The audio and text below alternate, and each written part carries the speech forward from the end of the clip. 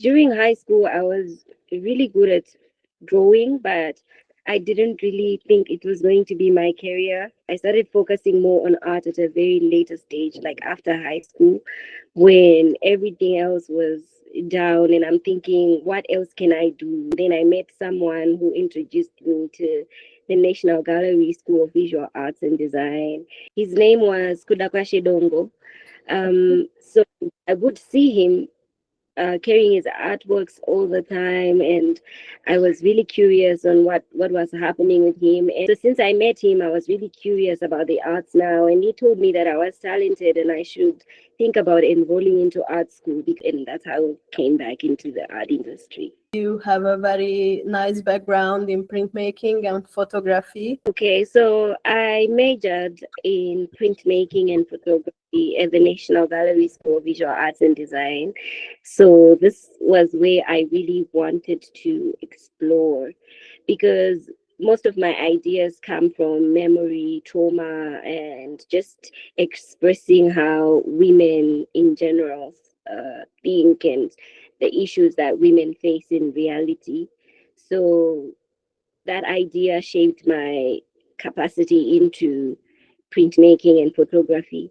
And now merging painting and printmaking, it's like the idea of the past, present, and the future, because I talk about my personal life, my past, my present, and hopefully my future in my work. So this was the whole idea and where it came from. Your figures has a very special form. And when I first saw your paintings, it reminded me how a woman can adapt a lot of things easily, and we are kind of like a fluid forms. My figures are really inspired by the idea of insecurities in women. So in my work, I tried to incorporate that insecurity, and I found many women are also very insecure about their body, with their bodies, particularly women who have given birth. Because when you give birth, you lose yourself. And personally, after I gave birth, I lost myself and I had a C section. So there were times when I felt like I haven't regained my body yet. And I tried to explore that into these disfigured figures that I use in my work. And these disfigured bodies actually depict the inner self, because I like to look at the inner self other than the whole outlook of a person. How did it change when you became a mother? On your thoughts, on your art, and on your body, and on your identity? I feel like when I became a mother, I became stronger and self aware, because the art industry is a very robust industry whereby everyone is talking about motherhood. But if you have experienced it at a personal level, you talk about motherhood the best way you know. So it has really impacted me, because now I've been trying to install that confidence in my own child, and as well as juggling being a career woman and a strong artist and a strong form for other female artists. So that idea actually brought in some courage inside me, because I'm an activist for women. At the end of the day, I have to be this strong form. And I realized each and every one of us has an insecurity, whether you're a man or a woman. So that also gave me some kind of hope that I could stand firm and I could stand strong and I could talk about these things, these vulnerabilities without shaking, and it could actually help the next person. And that's why I use bright colors in my work, although I talk about dark things behind that. What is the biggest challenge of being a Black woman artist in Zimbabwe right now? I could say, because I went to this National Gallery School of Visual Arts and Design, there were five of us in the class, like five women, and the rest were men, probably a class of like 15 other guys and five women. And with the five that really came out of that class, I think only three are now practicing artists, and the rest, it's history now. So it's intimidating to find that women, because they've got so many responsibilities. When you become a mother, sometimes you never find the strength to go back to follow your dreams, because now we have to look at the family. And with the culture in Zimbabwe, it's like women are meant to be married and not dream. But I think times are changing as well. So many people are getting to accept that, and many people are getting to follow their dreams more. It's very hard as an artist, like as a female artist. Like I said, it's very intimidating sometimes to be one surrounded by many men, and your ideas sometimes would get blocked. But at the same time, I feel like it's also an advantage in a way, whereby you then start to show this strength and resilience throughout. Because if you're strong, like one woman among many men, it means you're this high queen among other people. Like you become a leader and self-aware, and it's an advantage to a certain extent, although we're trying to break the barriers every day.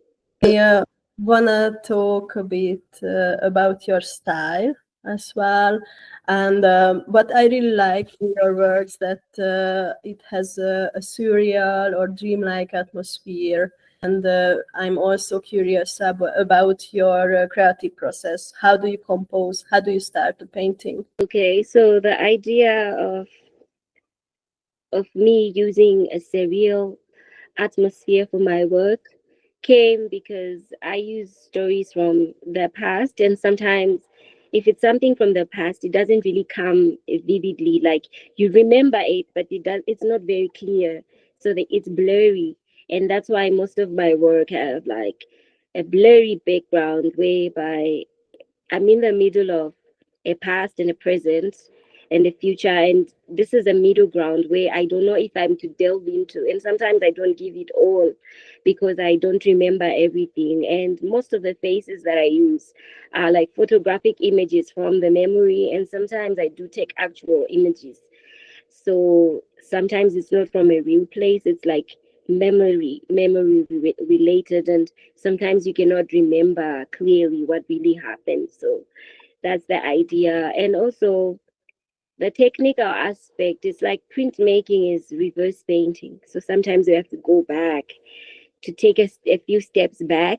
So that idea really inspired me into the way I create, because I look back into other things. But the process is very interesting, whereby I start with the background, obviously, because that's where the past starts. So with the process, it's very interesting with the whole idea of me talking about the past, present, and the future, and also starting with the background, because the foundation is really important in everything that we do.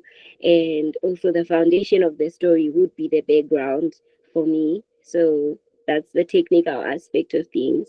And I end up using the last quote would be the prince at the end of everything, of which Prince is reverse painting. It's like rewinding what has already happened, but at the same time staying significant to whatever I would want to say. And because I use print monotype printing, so that somehow I found a balance that they link, and even the durability with the processing ink stays a long time. Oil paint also stays a long time. So I found these materials somehow they have a very good communication. Yeah, and I see that you also make sketches. So this is still on the idea of disfiguration. So most of I do sketches first because it's like a practice. Like so, I feel like I continuously have to practice to be better. I have to know how an actual figure actually looks like before I disfigure it onto my canvas, and sometimes I disfigure it on paper. So it's a continuous practice that gets unified at some point. Sometimes I can start a line and then I continue that same line and continue to make up that line until I build something. But then there are times when I've added things already, then I come back and I feel like I should add more, and then I add more. So I see. And I also curious about these little motifs. at first they were inspired by the environment that I stay in, because I stay in a place called Domboshava, and it's surrounded by nature, and there's so many trees with those shapes that I used inside the dress. But particularly the work that I made in Nigeria, it was inspired by a folklore, like a folk tale, which is called Ikogusi, which is in Nigeria. It's healing waters.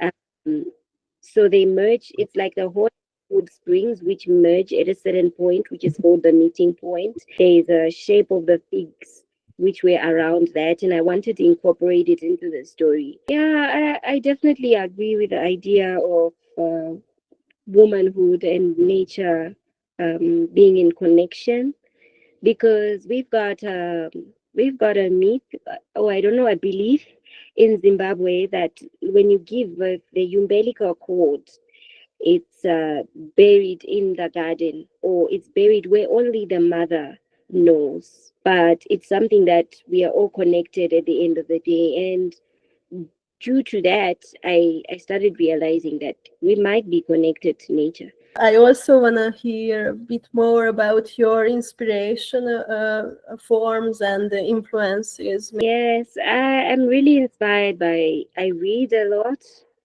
and I'm inspired by very strong, powerful women. And particularly, I love Frida Kahlo.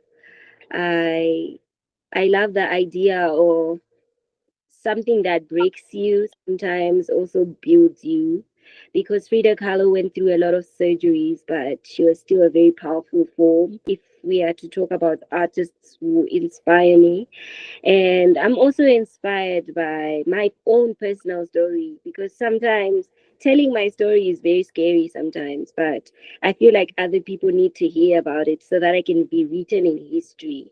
And this interview is also like convenient for that, for me to be written in history and people getting to know more about my work, and being one of the women who are added as inspiration to other women. So I'm really inspired by the idea of elevating women and just elevating the arts, but as a woman.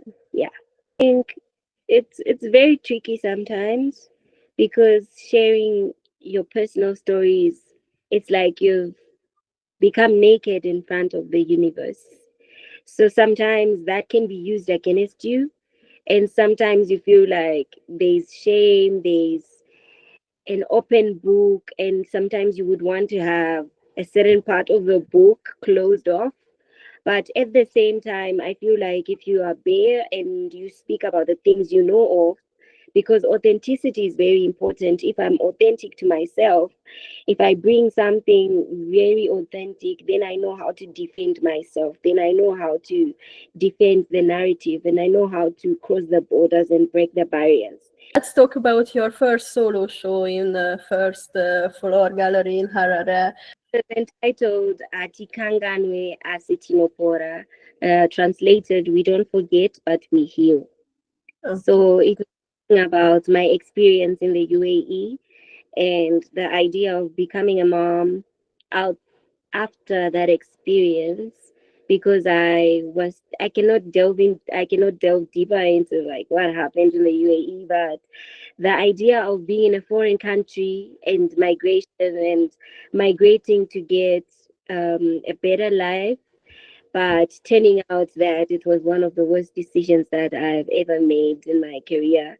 So it was one of the things that really built up my way of thinking, the whole aesthetic background of my thinking, because now I became very strong and I became self aware, and I became more like an activist, because now I can talk about trauma and I can talk about overcoming trauma and mental health, because when I came from the UAE, my mental health was not okay. And I had to vent all of those emotions into the body of work which I created in Hatikangani Asitinopora.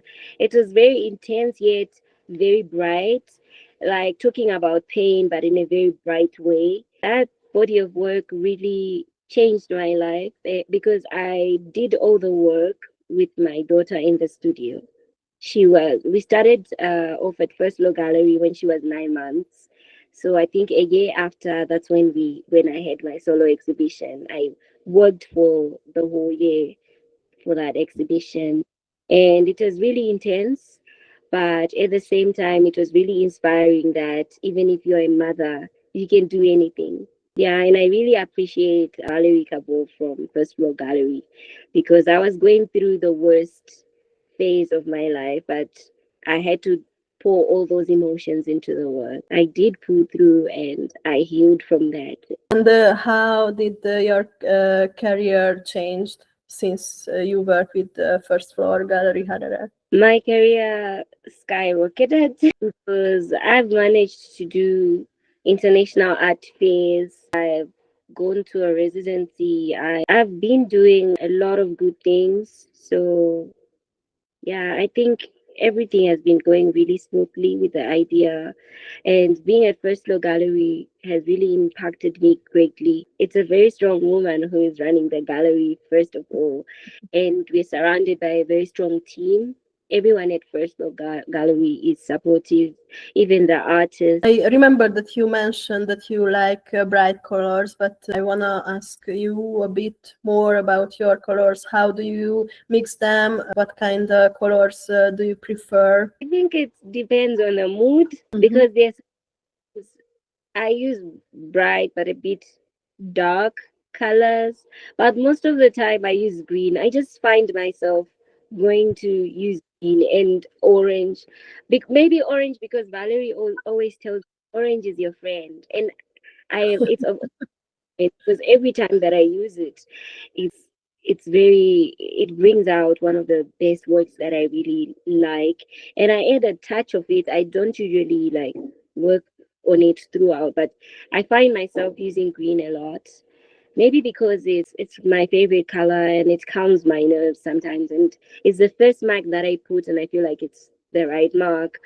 But the colors that I use would be different depending on the work and the mood and the story that I would be trying to achieve. And sometimes the colors do change. I would have put a certain color and then I come back and the mood has changed and I paint again on top of that layer.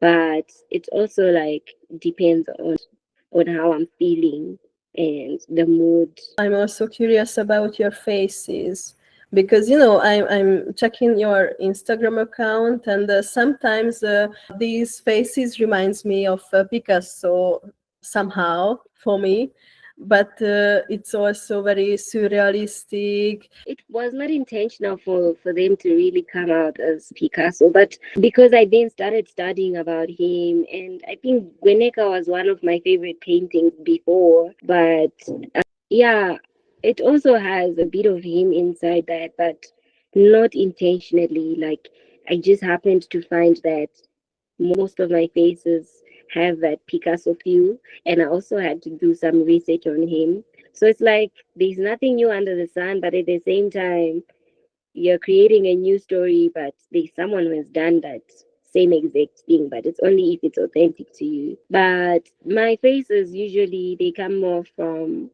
the people that I see. They are real. They're coming from a very real place.